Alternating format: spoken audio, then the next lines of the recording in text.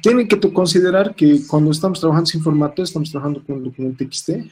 Si estamos trabajando con estilos preestablecidos o prediseñados, estaremos trabajando desde Word en DocX, ¿no? Entonces, aquí les voy a anotar, Doc. Puede ser un TXT, puede ser un RTF, puede ser un Doc, que son versiones antiguas de Word, o puede ser un DocX, ¿no? Entonces, cualquiera de estos cuatro podemos importar al InDesign en el tema para colocar texto. Son los más usados, digamos, podría ser cualquier otro, pero son los más usados. TXT, el que ya les mencioné ahorita, un RTF, que es un texto enriquecido, Doc, versiones antiguas de Word, y DocX, versiones nuevas del Word. ¿Se entiende? Para que no nos compliquemos, les voy a pasar un archivo para el viernes. A algunos les pasaré un RTF, a otros les pasaré un DocX, a otros un Doc, a otros un TXT, pero los cuatro se pueden importar, entonces no se compliquen, pero debemos saber manejar esto, ¿no? Es muy básico esto, entonces debemos saber dominar. Muy bien, seguiremos.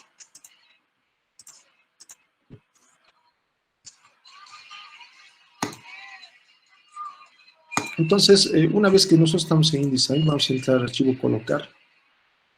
Y vamos a colocar, ¿dónde está? Aquí está. Entonces, comando D, ¿no? Más fácil, es comando D. Entonces, yo selecciono, le digo abrir. Ahora, el momento que le digo abrir, hay varias formas de colocar texto. Entonces, el primero, tenemos el ajuste manual, semiautomático y automático y fijo. Entonces, este es el ajuste manual, donde ustedes ven el icono, aquí nos muestra un icono, que si nos acercamos a los márgenes que ya hemos diseñado, muestra la flechita con fondo blanco. Si estamos fuera, nos muestra la flechita con fondo negro. Entonces, yo hago clic en los márgenes, inmediatamente me va a insertar una caja de texto con el contenido del texto. Pero este texto tiene aproximadamente 4 o 5 páginas. Sin embargo, cuando hacemos el colocado de forma directa y hacemos un clic, estamos insertando una sola caja de texto y me muestra aquí un símbolo de desborde. Cuando ustedes ven un símbolo de desborde, quiere decir que la caja de texto contiene texto, pero este texto está desbordado. En otras palabras, quiere decir que existe más texto que no se visualiza. Entonces, cuando existe más texto que no se visualiza, les muestra un símbolo de desborde en la parte inferior derecha. Esta cruz que dice más, le está mostrando un símbolo de desborde que indica que existe más texto. ¿Me entienden? Entonces, aquí hay más texto. Entonces, cuando tenga el símbolo de desborde, tenga mucho cuidado porque no quiere decir que ya acabo de colocar todo. Quiere decir que existe más texto que no se está viendo. Ese símbolo se llama símbolo de desborde y vamos a hablar bastante sobre eso, ¿no? Sobre el símbolo de desborde.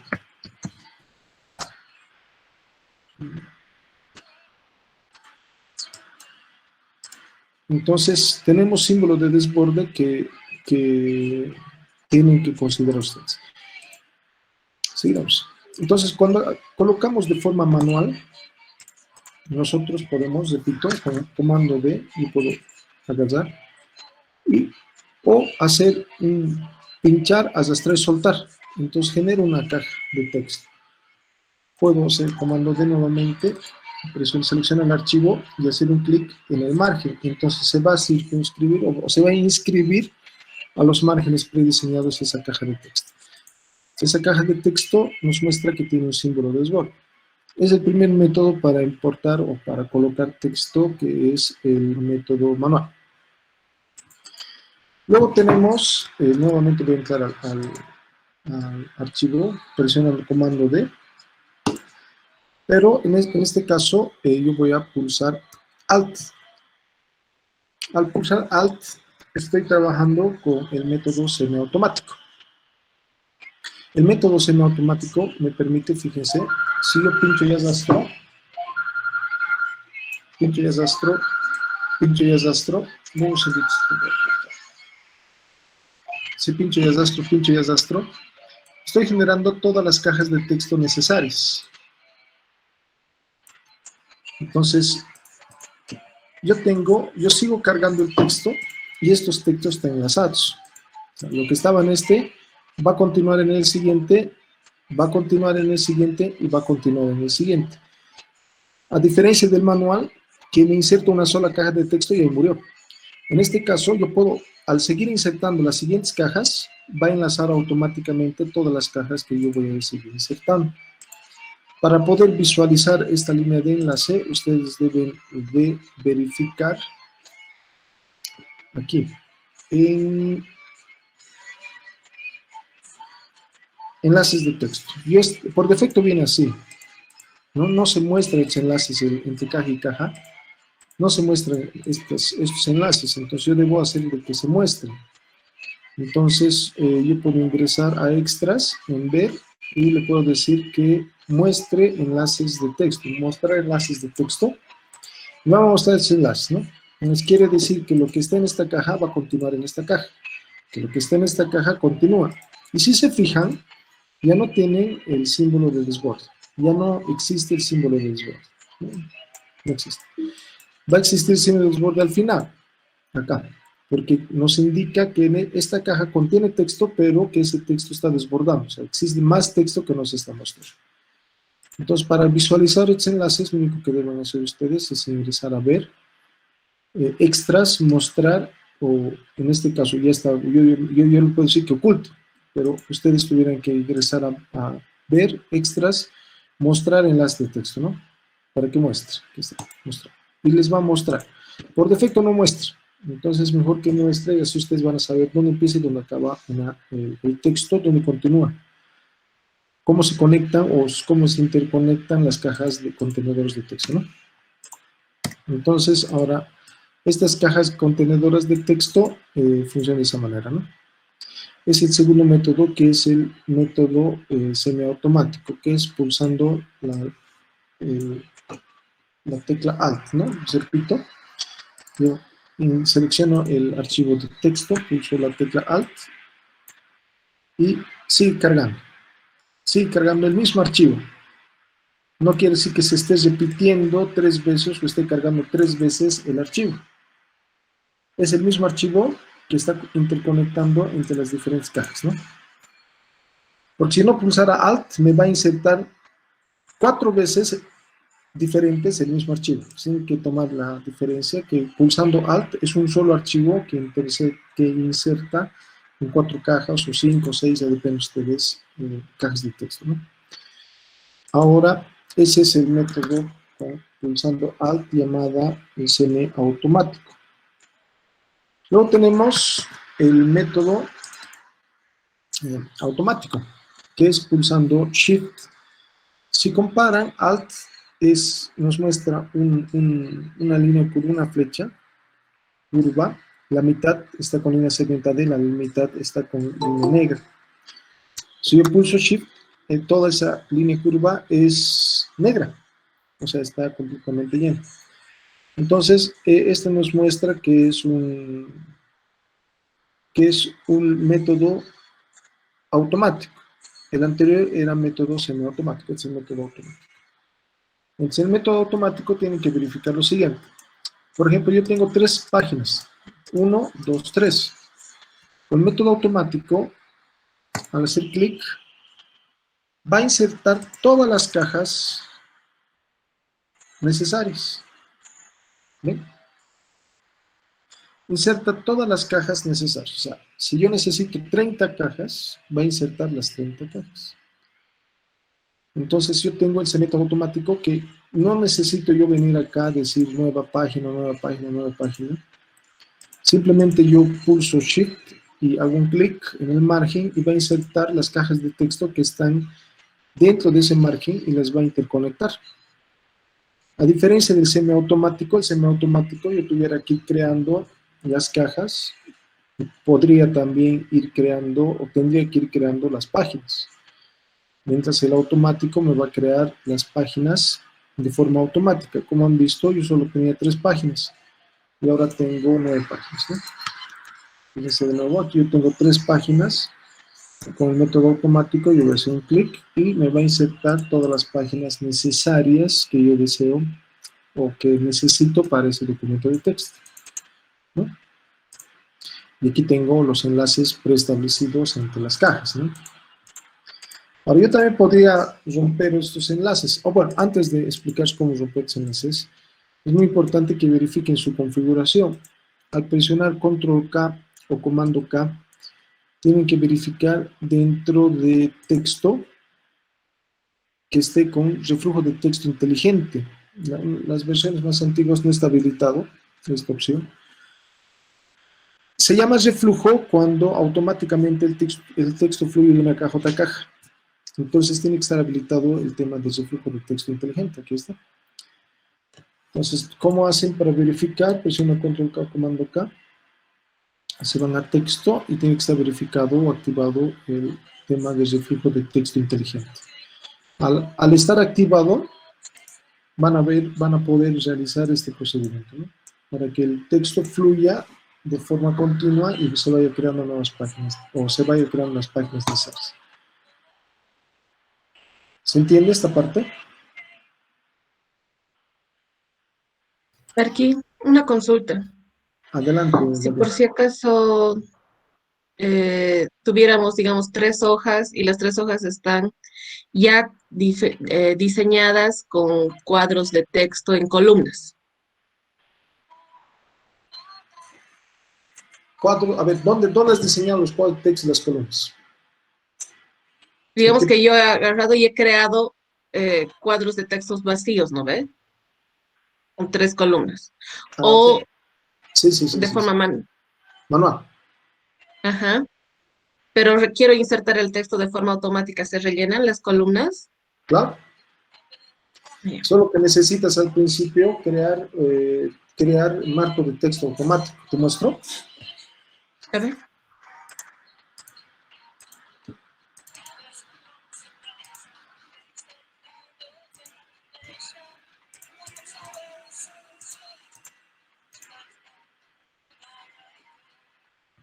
Cuando creas un documento nuevo, por ejemplo, vas a colocar 2 columnas Ujú. y tienes que habilitar el marco de texto principal. Crear. Entonces, fíjate, aquí tú tienes digamos, tu formato en columnas, ¿no ves? Entonces, tú podrías colocar o ir colocando. Tú podrías ir colocando tus cajas de texto, puedes ir habilitando. El detalle es de que esta caja de texto puede tener una configuración propia de la caja de texto y tenemos nosotros otra configuración de la página. O sea, cuando vemos columnas, vas a poder configurar columnas en la caja de texto, así como ves ahorita, o podremos configurar columnas en la página. ¿Sí? Varias columnas. Nosotros podemos configurar columnas en la página. Ya te estoy aumentando columnas de la página y columnas de la caja de texto. O sea, no es un tema corto, digamos. Cuando llevemos más adelante el tema de las columnas medianiles y demás, que nosotros no le vamos a llamar medianil, como le llaman el traductor de design lo vamos a llamar corondel, como se llama, ¿no? Pero fíjate, tú puedes configurar tus páginas con 3 columnas, por ejemplo, y tu caja puede estar con 2. Entonces, con eso tú tienes que ir viendo cómo vas a ir colocando, ¿no? Podemos hacer de que nuestro texto fluya entre esas dos. Fíjate, aquí está. ¿Has visto? Ha insertado en esas dos. Ahora, si yo pulso Alt, pulso Shift, va a ser lo mismo. Va a fluir el texto en esas dos o en esas 3 columnas que tengamos. Es el Y mismo si hago, método. ay, perdón, Adelante, adelante. y si hago con el método automático, me va a rellenar automáticamente las columnas que he puesto al principio Sí, sí, y sí. va a multiplicar las páginas con ese mismo formato. Con ese mismo formato, te vas a llenar con 2 columnas, si quieres con 3 columnas, con 4 columnas, va a ser el mismo reflujo. Ah, ya. ¿No ve? Aquí, perdón, ¿qué tenía que activar al principio donde ponía 2 columnas? Si te fijas, ahorita está con reflujo. Aquí está el reflujo. y está en dos columnas, ¿no? Era lo que tenía que activar en la página de inicio cuando le decía dos columnas. Se llama comando K, control K, reflujo, no, el reflujo o la configuración, No, no, dices. no, al inicio cuando... Cuando creas un documento nuevo, tú puedes Ajá, decirle cuántas columnas vas a trabajar y con qué ajá. medianía, pero eso yo les voy a explicar en otra clase porque no es No, tan... pero había que activar algo que me dijo marco de texto principal. ¿Cuál era? Aquí está, marco de texto principal. Ayer.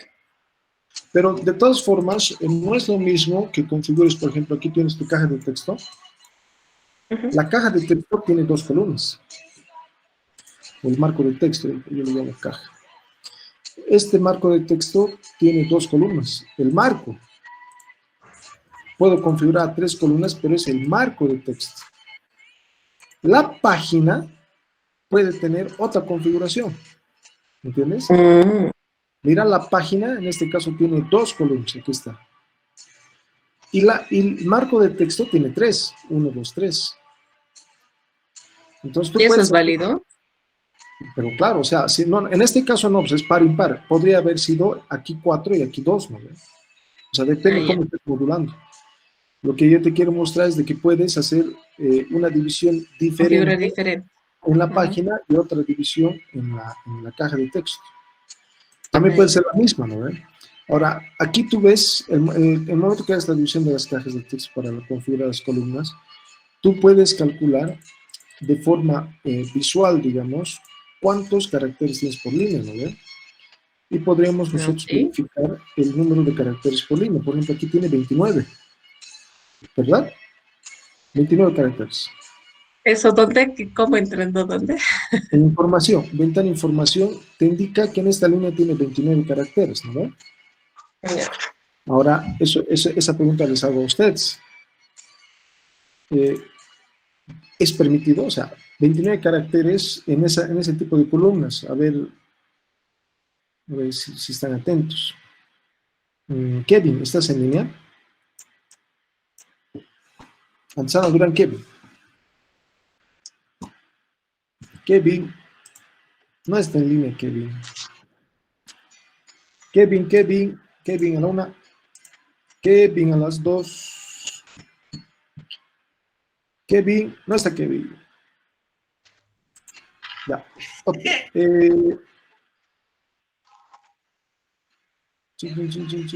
Rojas Pereira, Sara Paula. Sara, Buen día, Arqui. ¿cómo estás, Sara? Entonces, fíjese, Sara, en este ejemplo, que está, bueno, salió el tema. Si nosotros tuviéramos, por ejemplo, mi caja de texto y resulta que mi caja de texto divide en tres, como ves ahorita, y me muestra 29 caracteres. ¿Qué interpretación tú le darías a esto según lo que hemos visto hasta ahora? ¿Qué te indica esto?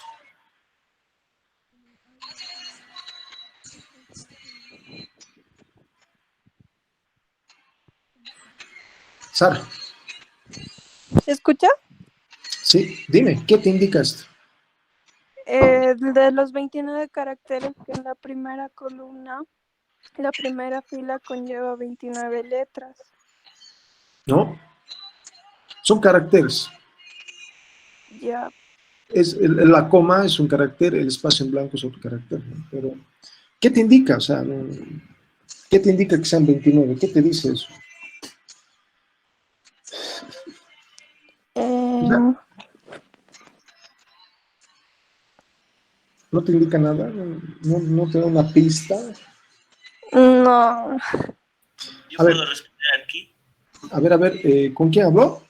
Daniel Condés Ramos, Dale, Daniel, ¿qué te indica 29 caracteres? que está entre el óptimo y el mínimo de caracteres. ¿En qué método? Método del ancho de renglón, Pero tienes dos métodos, ¿en cuál de los dos? el LCA, El LSA te dice 29, ¿cuánto te dice el mínimo de LSA? 34 y el óptimo 45, por eso está entre esos dos. Está. 34 o 24, 34, pero 29 está por debajo de 34. entonces está, sí, entonces está menos entonces, ¿no? No está Claro. ni siquiera en el mínimo. Entonces, nos indica que el ancho de la columna no es favorable, ¿no? Nos indica que está por los estándares del tema de legibilidad en ancho de renglón bajo un método que es el método de la LSA, está por debajo del mínimo, ¿no? Aquí tiene 29 y necesitamos 30 y pico. Entonces no llega ni al mínimo. Entonces tuviéramos que hacer más ancha la columna. Para hacer más ancha la columna, seguramente le diremos que ya no se trabaja con 3, que se trabaja con 2. Y verifico, esa columna de 2 tiene 49. Entonces, al tener 49, ¿en qué estamos en el óptimo según el método de la LSA, ¿no ven? Sí, que es el óptimo. Entonces, tenemos que saber interpretar lo que vamos a ver, ¿no? No es directamente a casar y colocar, ¿no? Debes saber interpretar y de acuerdo a esa interpretación vamos a hacer la configuración, ¿no? Ahora esa configuración, como le decía Gabriela, puede ser de la página, puede ser de la caja de texto, ¿no? Así va. Aquí una pregunta. Adelante, ¿con quién hablo? Galindo, entonces, Vale. si está muy chiquito, sí o sí tenemos que aumentar la mancha tipográfica. O O sea, sea, tuvieras que justificar, ¿no? Porque ustedes tienen que justificar en el entendido. Tienes dos métodos, método de las X y el método del LSA. Con LSA es un poquito más rápido, pero no es tan preciso. Entonces, con el método de las X tú podrías justificar el ancho de la columna. O sea, cuando hagas una presentación de cualquier documento, te pueden decir, a ver, ¿cómo has hecho esto? ¿Por qué has maquetado así? ¿No? Tú les miren, hemos maquetado así, primeramente porque hemos calculado que el ancho de la columna, según legibilidad, según Jorge de Buen, según el tamaño de las X, la columna mínimamente tiene que tener este ancho. Entonces, es un cálculo válido, valedero, ¿no? Porque a decir directamente va a medir tantos puntos al ojo, no vale. Entonces, en este caso, como les he mostrado, podemos utilizar cualquiera de los dos métodos, el de la X o el de LSA. Según tu pregunta, si no cumple, por ejemplo, si voy a utilizar el criterio del LSA y no cumple el mínimo, tuviera que hacer que la columna sea un poco más ancha. Podría ser que la columna sea más ancha, jugar un poco con los márgenes o en todo caso jugar un poquito con el corondel o el medianil, reducir un poquito el medianil. Eso no es ciencia exacta, ¿no? Eso tú tienes que ir calculando. Ahora, tampoco, digamos, si te pide el mínimo de 34 caracteres y te salen 33 o 32, está cerca, muy cerca, entonces no pasa nada, ¿no? Pero si hay una diferencia, por ejemplo, ahora de 34 a 29, hay una diferencia ya un poco mayor, entonces ahí tuvieras que hacer ciertos ajustes. Pero si la diferencia fuera mínima, no necesitas hacer tantos ajustes, ¿no? No sé si me deja entender eso. sí, sí, Arque, es que le preguntaba porque en fotografía, bueno, por lo menos con Saraí nos hicieron hacer una revista y yo hice con 4 columnas y cuando colocaba el texto en 2 columnas, o sea, uniéndolas, el texto se veía bien, pero cuando la colocaba en una sola columna, el texto, o sea, se veía muy separado y se creaban ríos. Por Claro, eso le pero pregunto. ahí estamos hablando de los ríos, las calles, ¿no? Viudas, Sí, huérfanas, pero eso depende mucho, Renata, de la separación entre palabras, la separación entre letras. Eso también tiene un estándar, no es la separación así por así. Tiene estándares, también tiene métodos de separación de mínimo, óptimo y máximo. O sea, así como estás viendo que una columna tiene un ancho o mínimo, óptimo, máximo, seguramente de aquí a una semana o 2 semanas les voy a explicar cómo calculan la separación entre palabras mínima, óptima, máxima, precisamente para evitar los ríos, las calles, las viudas, las huérfanas. Hay métodos en InDesign que te permiten evitar eso. Por supuesto, tenemos que respaldarnos en el tema de la bibliografía para identificar esos problemas y no cometerlos, ¿no? Pero existe un método, Renata, para la separación entre palabras y separación entre letras, que te indica mínimos, máximos y óptimos. Les voy a explicar ya. más adelante. Les voy a explicar. Está bien, Arque. Gracias. Muy bien. Continuamos.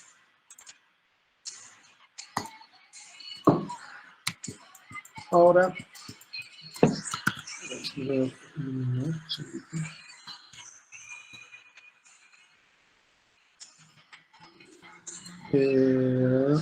voy a colocar con control D, comando D, También pueden colocar ustedes imágenes. Voy a seleccionar esta imagen. Aquí está esta imagen. Aquí hay un documento nuevo.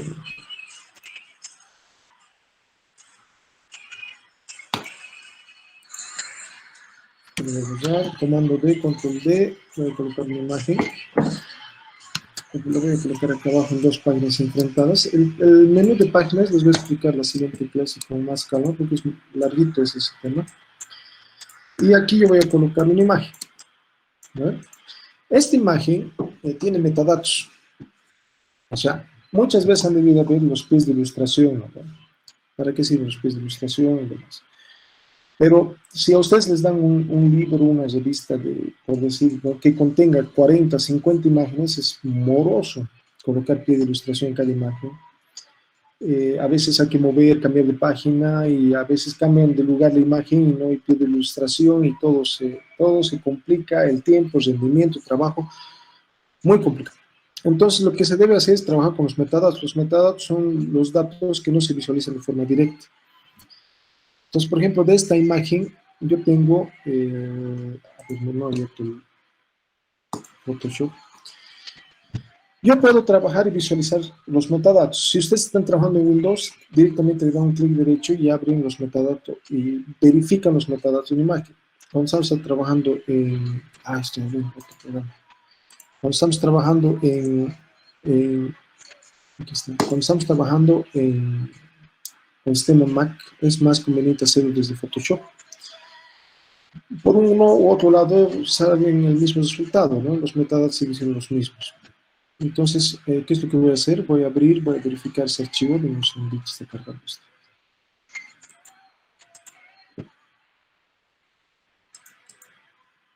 Aquí yo tengo mi imagen.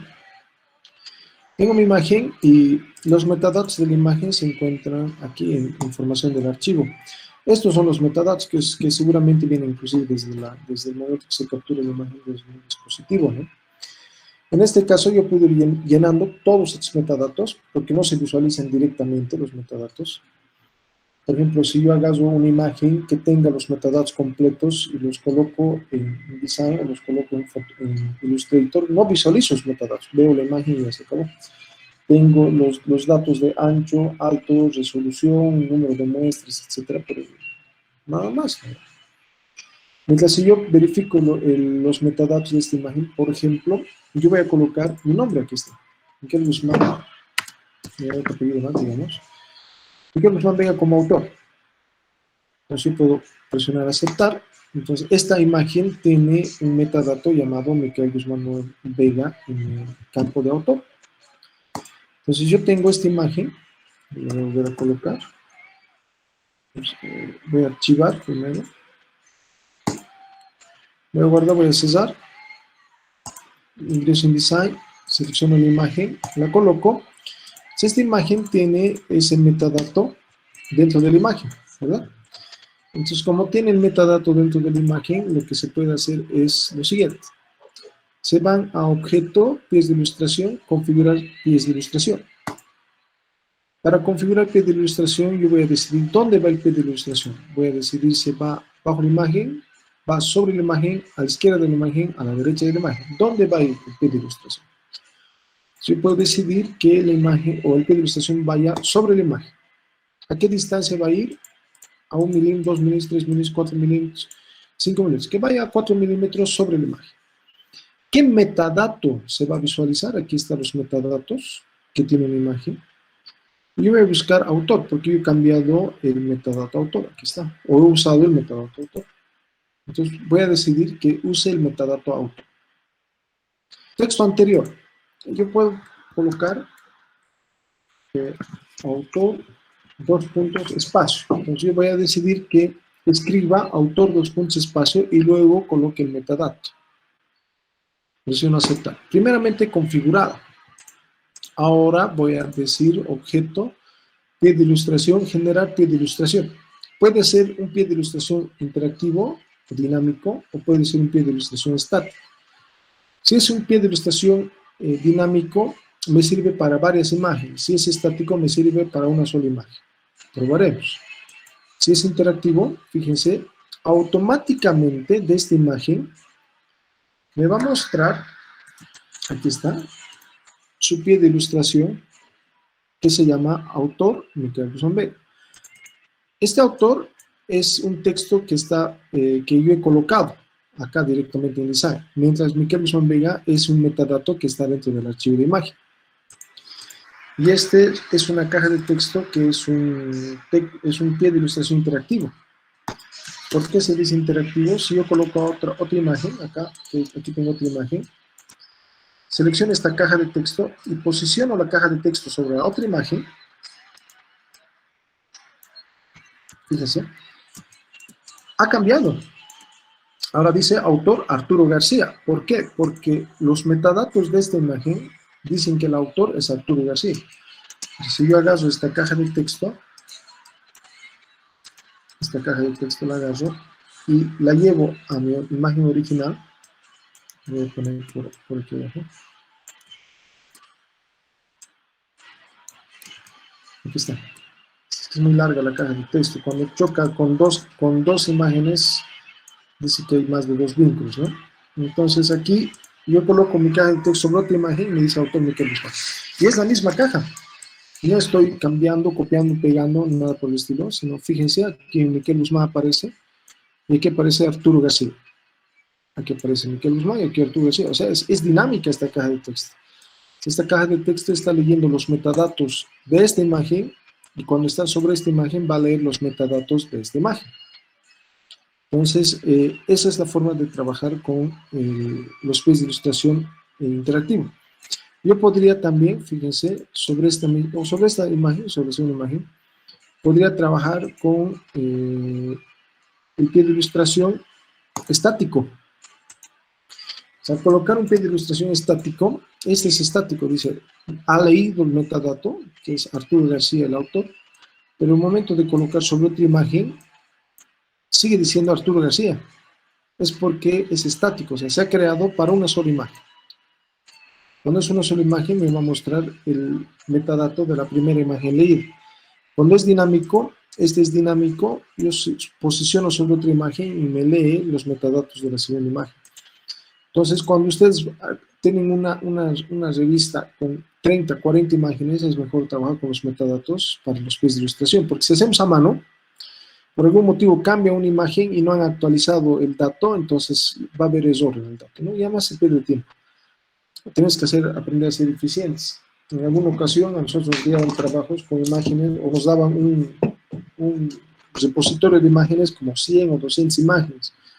Hacer a mano 100 es fácil, ¿no? Hacen a mano 100, se tardan 2 días. Resulta que cambian las imágenes, cambian los datos y volver a hacer a mano son otros 2 días, ¿no? Mientras si trabajamos nosotros con los pies de ilustración, el trabajo se hace de una forma más sistemática y tiene un mejor rendimiento, digamos. ¿Se entiende lo que es el pie de ilustración dinámico y estático?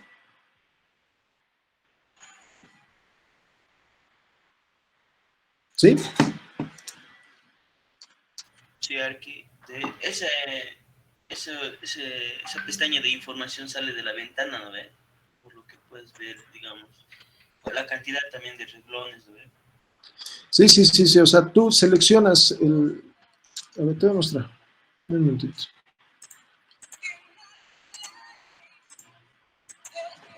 Aquí dice, está muy bajo. ¿Está hablando muy bajo? Gabriela. Normal, tal vez yo estoy... No, Arqui, eso fue cuando usted preguntó el número de caracteres que decía y yo le respondía que estaba muy bajo. Ya, no pasa nada. Ya, lo que decía el compañero, yo selecciono el texto en información, que es ventana información. Aquí está, ventana información. Al seleccionar el texto, cualquier texto, ¿no? Te avisa el número de caracteres y el número de palabras, ¿no? Número de líneas, número de párrafos. Entonces es un criterio válido hacer esa selección y te muestra cuántos caracteres. Porque en todo caso tú ves que contar a mano, ¿no? 1, 2, 3, 4, 5, 6, 7. Entonces es mucho más borroso, ¿no? Entonces acá te muestra el número de caracteres que es 20, palabras 3, líneas 1, párrafo 1.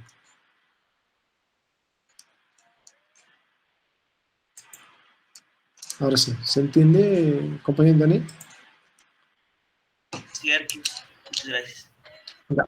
Perfecto. Ahora, también dentro de InDesign, ustedes van a poder visualizar lo que es la resolución real y la resolución efectiva.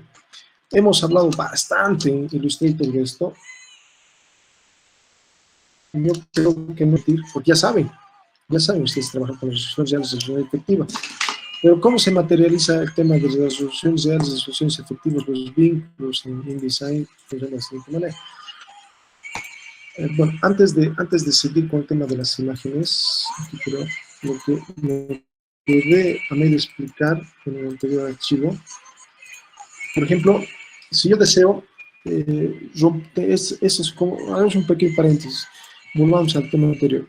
Si yo deseara romper este vínculo entre estas dos cajas, lo único que voy a hacer es verificar, a ver, un segundo, aquí vamos a hacer un poquito más atrás esto. Así, ¿no? Entonces, lo único que hago es hacer un doble clic a la entrada o a la salida del texto. Esta es la caja contenedora de texto. Este es el punto de salida y este es el punto de entrada de esta caja. O sea, de esta caja, aquí está el punto de salida y de esta caja, aquí está el punto de entrada. Entonces, lo único que yo hago es hacer un doble clic en el punto de entrada o de salida y se rompe la cadenita. Entonces, ya no hay vínculo. Las cajas de texto siguen existiendo, pero el vínculo entre esta caja y esta caja se ha roto.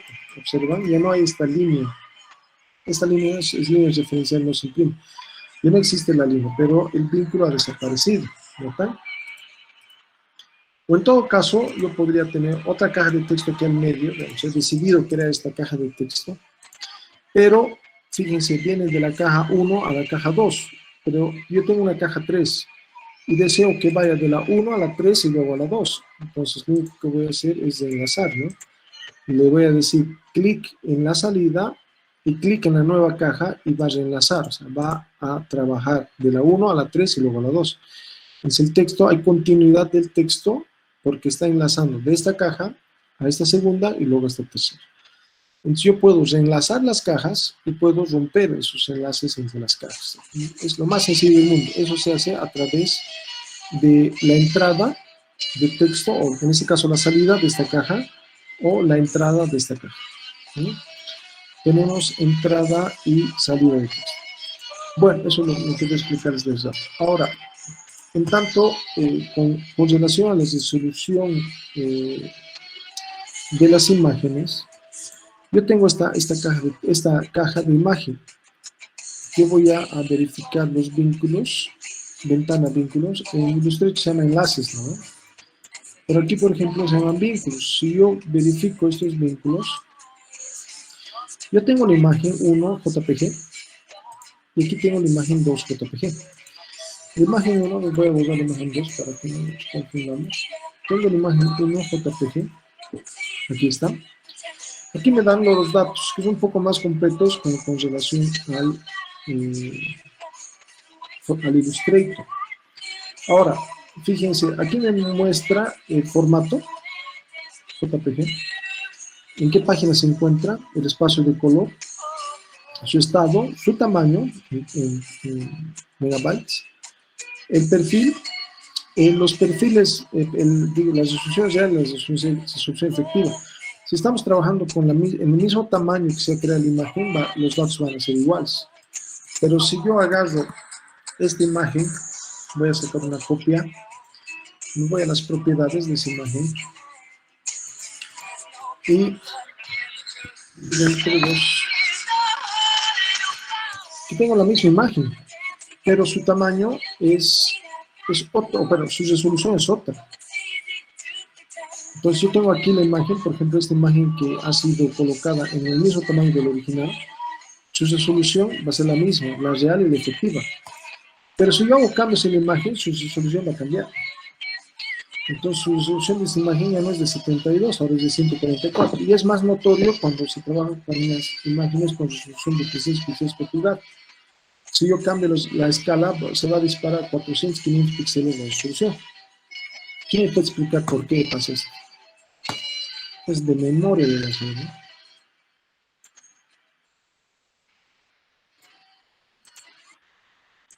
Cinco puntos ponderados para que me explique. La que tenga una idea técnica pregunta aquí. O sea, yo les he mostrado que tenemos dos imágenes, y eso ya vimos en el anterior parcial, ¿no? Bueno, en el primer parcial. Tenemos resolución real, resolución efectiva, y han visto que cuando cambiamos de escala, cambia la resolución. ¿Qué está pasando?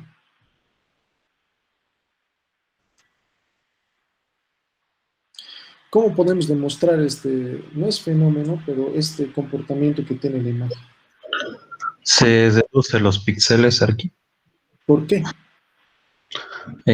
porque a la hora de agrandar, como son píxeles, o sea, ya están como que definidos, y si lo alargas, simplemente estás perdiendo píxeles, ¿no?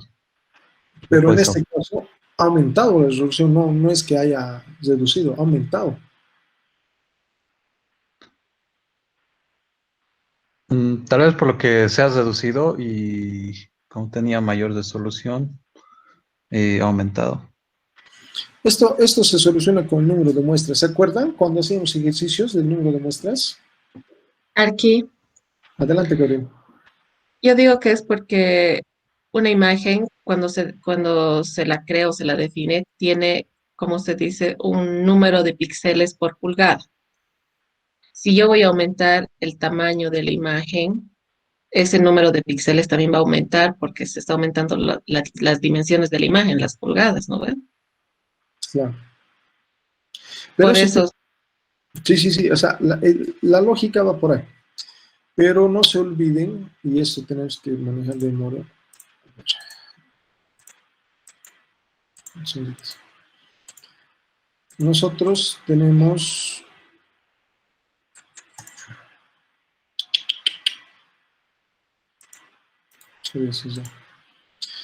nosotros tenemos el valor de n, ¿se acuerdan? ¿A qué es n? ¿A qué es igual n? ¿A qué es el número de muestras igual? ¿Se acuerdan? ¿Se acuerdan? ¿No se acuerdan? ¿Ahora se acuerdan? Es el número de muestras. Número de muestras ¿Se acuerdan, no? es igual al número del alto y del ancho. Claro, o sea, entonces el número de muestras de una imagen es el número de muestras de lo ancho por el número de muestras de lo alto. Entonces, si agarramos esta imagen, aquí están las dimensiones, ¿no? Que está en píxeles, 550 por 349 me daría el número de muestras totales. Ahora, también podemos calcular la resolución que puede tener una imagen porque sabemos de que el número de muestras totales, este resultado que tenemos a partir de este dato, es igual al ancho por el alto de la imagen, pero es el ancho multiplicado por el alto multiplicado por la resolución al cuadrado. Yo podría calcular tranquilamente lo que es la resolución, que está en base al número de muestras y al tamaño de la imagen. En otras palabras, si yo hago las operaciones matemáticas, que sencillito ya hemos hecho además, calculando el número de muestras, que es de 550 por 349, aquí está el resultado, el número de muestras totales, y trabajando con el ancho y el alto de la imagen en pulgadas, yo puedo mostrar y decidir y visualizar que trabajando en este tamaño de imagen, la resolución va a ser de 144.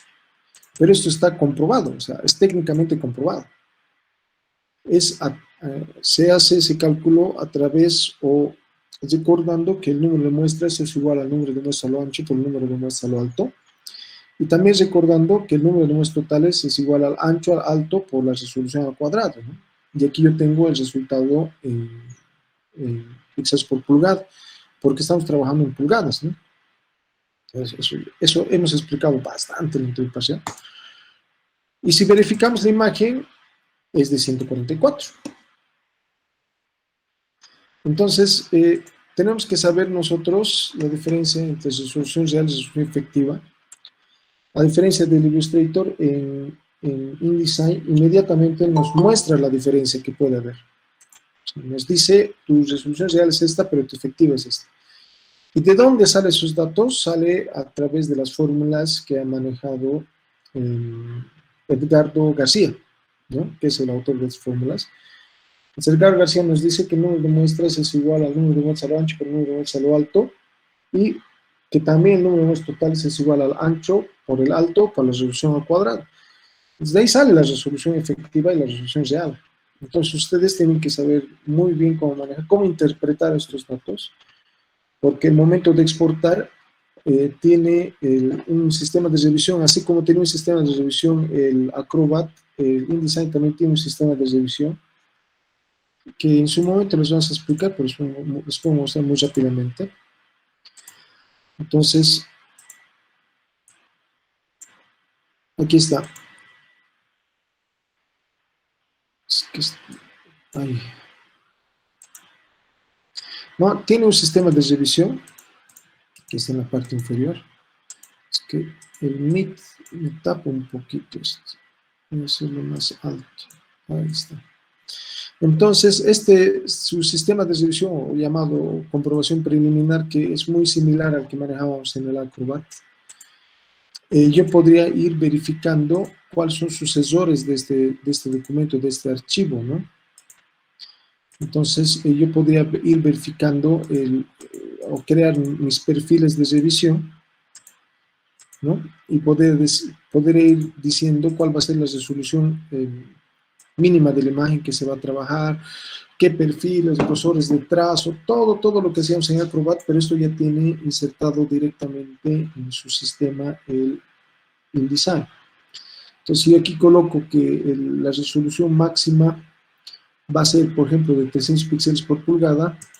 El momento que no pueda o no sepa manejar el tema de las resoluciones, fíjense, si esta imagen que tiene 72 píxeles por pulgada duplica a 144 píxeles por pulgada cuando cambie la escala, si fuera una imagen de 300 píxeles por pulgada y cambio la escala, aquí me va a mostrar 600 o más. Entonces, al mostrarme más de lo permitido, aquí no me va a aparecer sin errores, una maravilla, aquí aparece sin errores. Pero si yo pongo como parámetro tener una resolución de 350 píxeles por pulgada y esta imagen tiene 600, aquí me va a aparecer errores. Esos datos que ustedes me mandan los archivos, yo voy a poner mi perfil de revisión, abro su archivo y aquí me va a aparecer automáticamente si tiene o no tiene errores. Entonces es muy importante que ustedes recuerden cómo se trabaja con el tema de la resolución, cómo se trabaja con el número de muestras y para qué sirve, ¿no? Porque recuerden que esta imagen, al ser enlazada, está enlazada la imagen, nos permite ver todos sus parámetros de imagen. Y estos parámetros no solamente es el perfil, tamaño o el número de muestras, que es estas dimensiones, ¿no? También está su resolución y también están los metadatos que tiene la imagen, ¿no? Como les mostré hace rato. Estos metadatos que pueden ustedes manejar desde Photoshop y pueden insertar todos los datos en usted. Pero seguramente el momento que vayamos a vincular los metadatos con las imágenes publicadas en el design, vamos a poder usar uno. Puede usar nombre, puede usar estado, página, tamaño, espacio de color, perfil, píxeles reales, efectivos, transparencia, dimensiones, escala, rotación, cámara, velocidad. O sea, puedo usar cualquiera de estos metadatos que yo quiero que se visualice.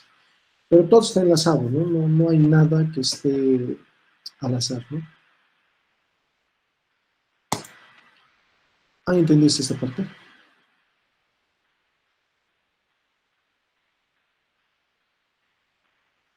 ¿Se ha entendido, chicos?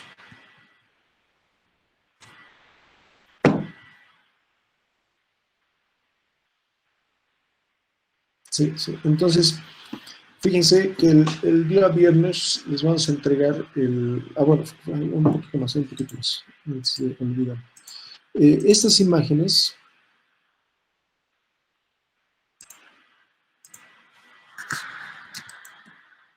voy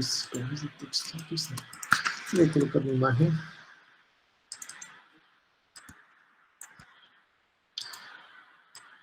Aquí yo tengo esta imagen, voy a decirle de que encaje. Aquí yo tengo las opciones para rellenar la imagen con la caja de texto o con su marco contenedor. Una imagen funciona como una máscara aproximadamente, fíjense. Si yo selecciono la imagen, podría mover la imagen dentro de la caja contenedora. Este es el marco de la imagen. Y esta es la caja que contiene la imagen. Entonces yo podría mover, fíjense, podría mover la imagen dentro del marco. Y ese marco me funciona como máscara, ¿no? Podría ser yo de que haya un encaje automático. Y aquí tengo esas opciones. Primero que dice que el marco se encaje al contenido. Entonces el marco se va a encajar al contenido. O podría decirle que el contenido se encaje al marco, ¿no? Pero en este caso no se está encajando de una forma proporcional. Podría decirle que se encaje de una forma proporcional en el sentido horizontal o de una forma proporcional en el sentido vertical. Entonces tengo estas opciones para encajar. ¿Y el encaje automático para qué me sirve? Para el momento que yo cambie la escala del marco principal y cambie la escala del marco de la imagen. Si no estuviera activado, al cambiar la escala, fíjense, cambia la escala del marco, pero no cambia la escala de la imagen. Entonces, si queremos que se vinculen ambos, tiene que estar activada esta opción. También podemos configurar lo que es el ceñido, ¿no? Aquí está, ventana ceñir. Entonces yo podría decirle de que viene por defecto en la primera opción, que es sin ceñir. Puede ceñir alrededor del cuadro delimitador o puede ceñir alrededor de la forma del objeto, ¿no? La forma del objeto es el segundo, que está aquí adentro. Puede ceñir alrededor del cuadro delimitador, alrededor de la forma del objeto. El ceñido es relativamente sencillo en el entendido de que ustedes pueden decirle que a qué lado va a ceñir. En este caso, ustedes pueden decidir si va a ceñir al lado izquierdo o derecho. En este caso se está eligiendo el lado derecho, que ciña al lado izquierdo, que ciña en ambos lados, que ciña hacia el lomo, ¿no? Este es el lomo, lado del lomo. Al lado opuesto del lomo, que es el lado de corte, que ciña al lado de corte. Entonces podemos elegir nosotros a qué lado va a ceñir y podemos elegir la distancia del ceñido, ¿no? ¿Qué distancia va a tener acá? También nosotros podríamos cambiar el tipo. Podemos trabajar con varios. Los más importantes son que trabajen con archivos que tengan canal alfa o archivos que tengan trazado. Por ejemplo, si yo tengo un archivo TCD que tenga canal alfa, yo voy a colocar aquí mi imagen, que es la imagen. Voy a decir que ciña según la forma del objeto y aquí puedo elegir en opciones de silueta que trabaje con canal alfa. Entonces, ¿qué es lo que va a hacer? Va a reconocer el canal alfa. Observa, el canal alfa está en el blanco, se convierte en canal alfa. Entonces el texto va a ingresar a ese canal alfa. Está reconociendo el canal alfa que viene desde Photoshop. Este está con canal alfa por acá y por acá, entonces el texto va a ceñir de acuerdo al canal alfa, ¿no? También podríamos hacer de que el ceñido sea a través de un trazado que también pueden colocarlo desde Photoshop. Entonces yo tengo aquí la imagen. Voy a decirle de que sea a través de un trazado de Photoshop. Y este es el trazado de Photoshop. Voy a cambiar de capa para que se visualice mejor. Y otra capita. Esta cara de eso. Y ya no sé si logran ver. De repente cambiando el color del texto. Ahí está. Entonces yo tengo acá un pato, un trazado en Photoshop. Aquí está, ¿notan? Este es un pad de Photoshop, entonces el texto se va a ceñir a este pad. ¿No? Observa, estás respetando el pad. Entonces hay varias formas de ceñir. Las más importantes, las que más se manejan son el Photoshop, o sea, el trazado Photoshop, canal alfa. En todo caso, también podrían ustedes decidir trabajar con el cuadro delimitador o con el marco gráfico, que es lo que les mostré hace ratito. Voy a colocar la imagen. Aquí la imagen. Voy a cambiar de escala la imagen o el cuadro de la imagen, pero no el marco principal. Tengo dos escalas diferentes, ¿nota? Entonces yo puedo decirle de que se trabaje con el cuadro delimitador. Este voy a llevar a otra capa.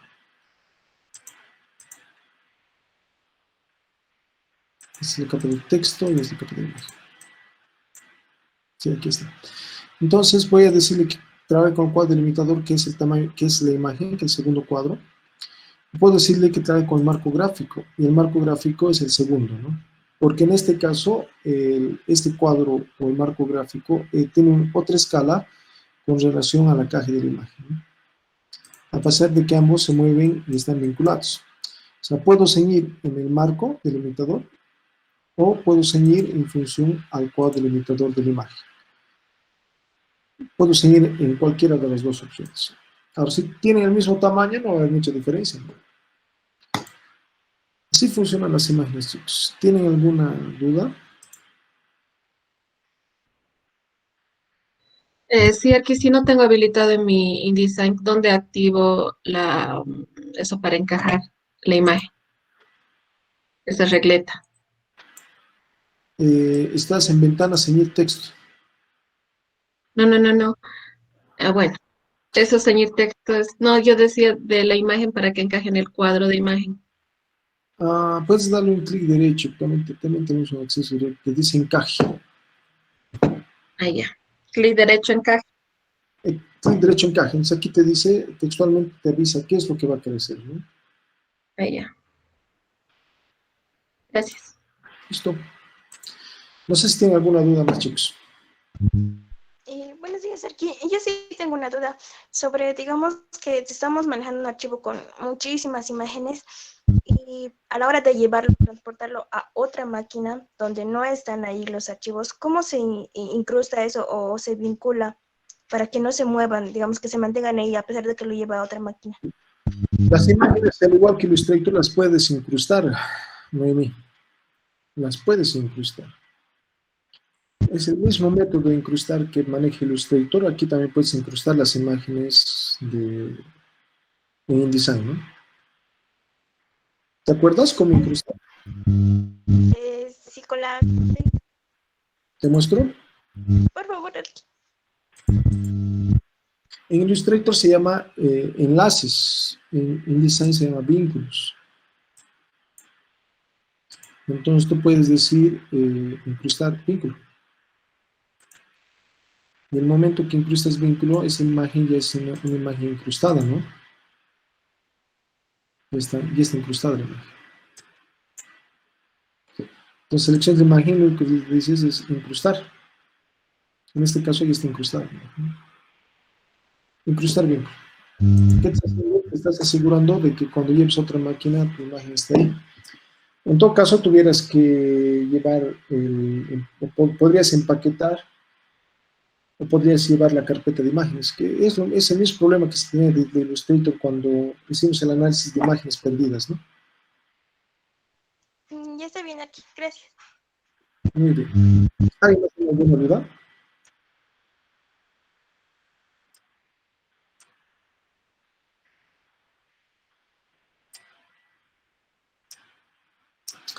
Creo que nadie más. Bueno, chicos, entonces el día viernes, denle de pasadita al tema de píxeles reales, píxeles efectivos, o resolución real y efectiva. Vamos a trabajar un poquito sobre eso. Vamos a trabajar con archivos de texto, con reflujo, archivos TXT, doc, docx, RTF. Vamos a trabajar con imágenes.